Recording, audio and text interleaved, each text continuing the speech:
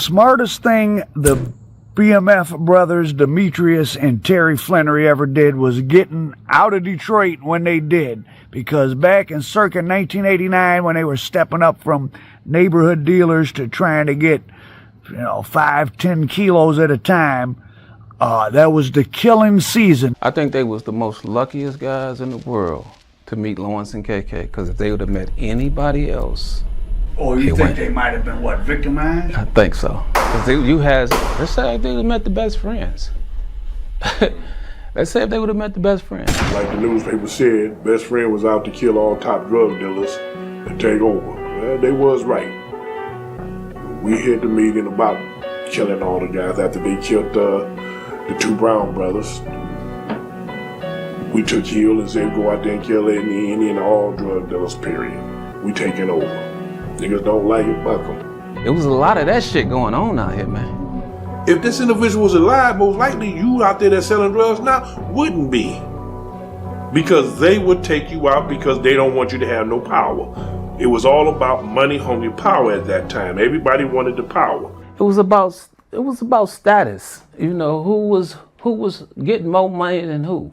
The best friends and other groups like them, not just in Detroit, but in a lot of America's more dangerous cities, guys have figured out it was easier to just kill the dealers and take what they had.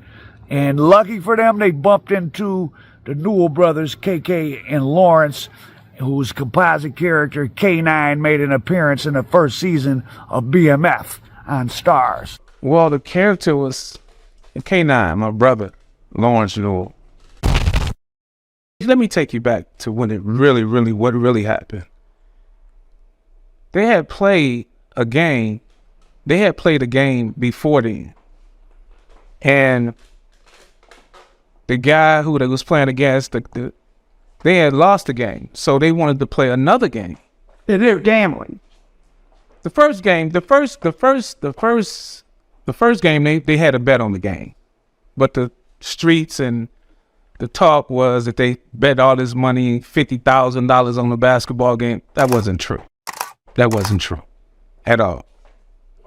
No, that wasn't true. Y'all didn't know that, but that wasn't true. They didn't even have a bet. And because they were doing some street business together. Absolutely. Big 50 frequented the Dog and KK's illegal casino, and the shooting seems to have been a culmination of who's getting the most money competition gone a little too far. Big 50 had been a YBI teen soldier from the late 70s and rose at one time to be one of the biggest guys in the cities. Now 50 came in there one time. I'm gonna tell you a story about 50 when he came in there. He had the baddest motherfucking ring I had ever seen in my life on his finger. The baddest ring. He came in that motherfucker. I'm talking about when he came in that motherfucker, he was throwing it up. You know what I'm saying? He was throwing it up. So anyway, that nigga came in there with a diamond ring on. It set up off his hand about like this. He had a diamond right here, a big 10 carat sitting up here. He had another 10 carat sitting over here. He had another 10 carat sitting over here. And diamond out. I was like, that's 30 carats. Man, the man had on a ring that was so motherfucking bad. Now check this out. I think my brother got a little jealous. No, I don't think he got jealous. He did get jealous. And he had the map on. He had the map with, the world, the United States. He had that on with the ring. He came in there. My brother got a little jealous. He never said it, but I know he did because he wants to be the big dog. He wants to be everything. The very next day, he went out to Greenfield Plaza, me and him. He got a diamond ring. It must have been like a 50 carat. This motherfucker was like a flashlight. One big, I swear to God, ask anybody. He got a diamond ring so big, he went and got the map of Africa, a chain about this big, with his name spelled out in diamonds and lawns. On the map of Africa. on a map of Africa.